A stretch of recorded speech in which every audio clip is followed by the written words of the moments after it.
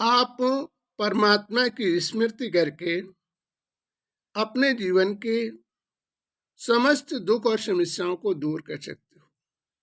भगवान कहते हैं सच्चे मन से मुझे याद करके अपने जीवन का तुम परिवर्तन कर सकते हो।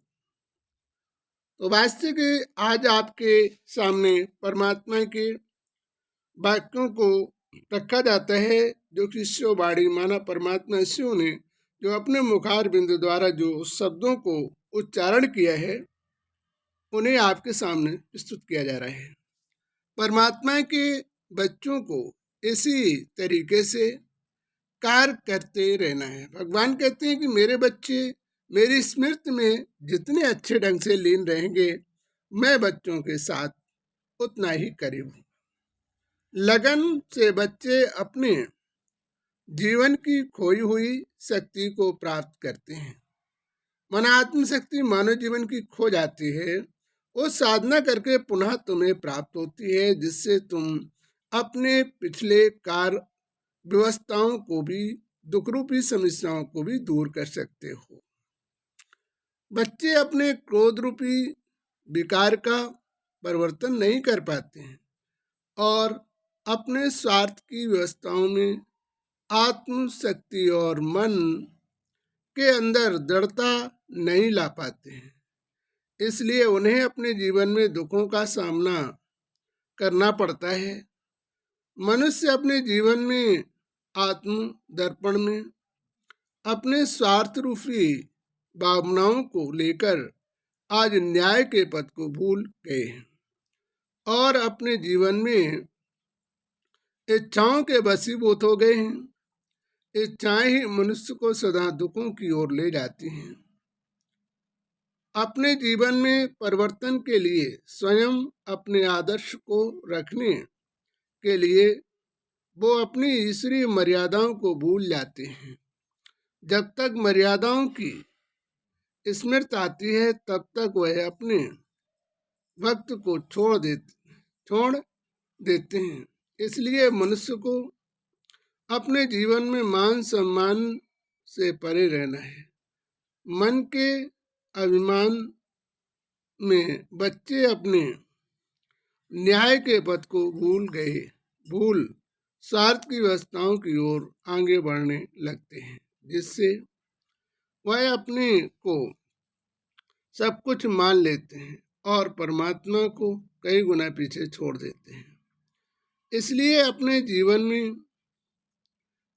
अपने संस्कारों का परिवर्तन करना है। भगवान कहते हैं जब तक मनुष्य अपने संस्कार और व्यवस्थाओं का परिवर्तन नहीं करता, अपने विचारों का सुधार नहीं करता है, तब तक उसके जीवन में सुख रूपी सुखों की प्राप्ति नहीं होती है और दुखी उनके जीवन में आते हैं। परमात्मा कहते हैं जब बच्चे मेरे ध्यान में अधिक लीन होकर और सांसारिक भाव में कार्य करते हुए भी हमारी स्मृति में रहते हैं, ऐसे बच्चे अपने जीवन के समस्त दुखों से दूर हो सकते हैं। कभी भी किसी के संस्कारों के अधीन नहीं बनना है। परमात्मा कहते हैं हमें किसी के संस्कारों के अधीन नहीं बनना है। हमें अपने जीवन में अपने संस्कारों को स्वयं सुधार कर अच्छे ढंग से अपने जीवन का परिवर्तन करना है। जब तक वास्तविक हम अपने जीवन का परिवर्तन नहीं करेंगे, तब तक हमारे जीवन का वास्तविक उद्धार नहीं होगा। तो हमें अपने जीवन का परिवर्तन करना अनिवार्य है। अपने संस्कारों का परिवर्तन करना, कभी भी किसी के संस्कारों के अधीन नहीं बनना है।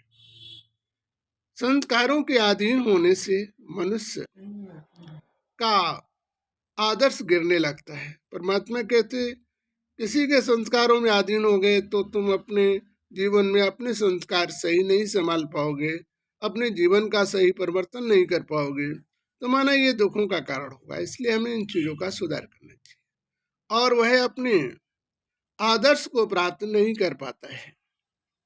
जबकि मनुष्य को के बस में सिर्फ कर्तव्य है मनुष्य को पूर्व संस्कारों के अनुसार से फल प्राप्त होता है।